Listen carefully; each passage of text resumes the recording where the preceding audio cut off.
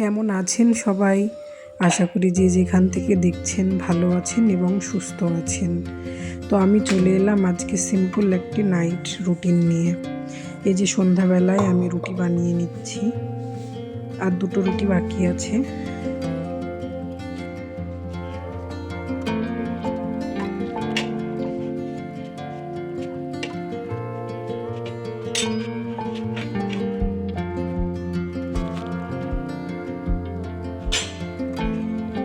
এই যে রুটি করার পরে পুরো গ্যাসের অবস্থাটা দেখুন, আর চারিদিকে দেখুন কি পরিমাণ আটা পড়ে আছে। আমি গ্যাসটাকে ক্লিন করে নিচ্ছি। গ্যাস ক্লিন করার পরে আমি ভাত বসিয়ে দিলাম। আমার ছোট মেয়ে রাত্রে রুটি খায় না, তাই ওর জন্য ভাত বসিয়ে দিলাম। তারপরে আবারও আমি শুরু করলাম মেয়েকে পড়ানো।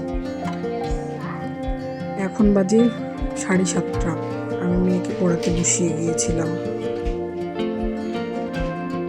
এই যে বিছানার অবস্থা দেখুন, ছোট মেয়েকে পড়াতে বসালে পুরো বিছানার অবস্থা এই থাকে, আর এত নোংরা করে।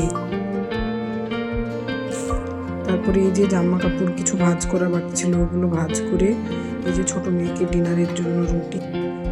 আজকের এপিসোডটি এই পর্যন্ত। সবাই ভালো থাকবেন। ভিডিওটি ভালো লাগলে লাইক সাবস্ক্রাইব করে দিবেন।